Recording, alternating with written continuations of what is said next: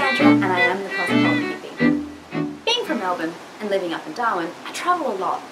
And recently I was on an airplane, and you know when they're going through the safety features saying things like, if you need oxygen, masks will fall down from the things above.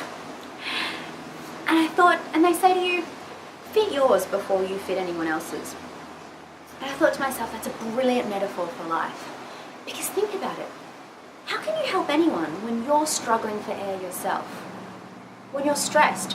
When you're struggling to breathe under the pressures of work, family, kids, household, bills?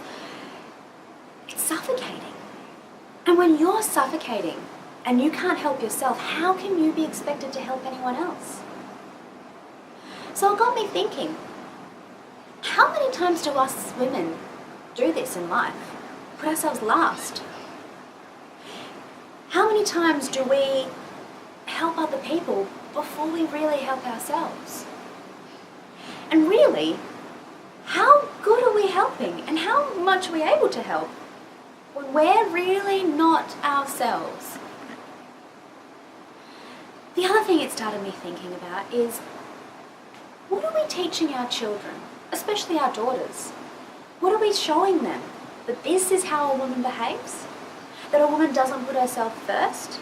That a woman puts everything else around her and everybody else around her and her family first? And that she's not as important?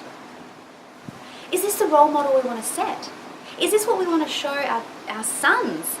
That this is how a woman behaves? That this is how they should treat and expect all women around them to behave? I consider myself a bit of a feminist, and I would say that us women need to start putting ourselves first, practicing a little bit of feminism in our own lives. And putting ourselves first is really very simple.